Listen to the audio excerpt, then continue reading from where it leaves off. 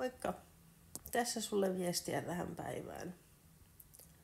Mä haluaisin puhua vähän sun sydämestä.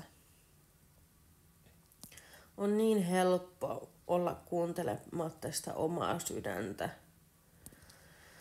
Meillä voi olla tosi iso vaikeus kuunnella sitä omaa sydäntä ja me ollaan tässä yhteiskunnassa totuttu niin ajattelemaan kaikki asiat järjellä ja logiikalla ja moni ei ole ikinä itse asiassa tuntenut sellaista rakkautta toista ihmistä kohtaan. Se voi tuntua sellaiselta, niin kuin yksi mun kommenteissa sanonkin, se voi tuntua sellaiselta tunnettomuudelta.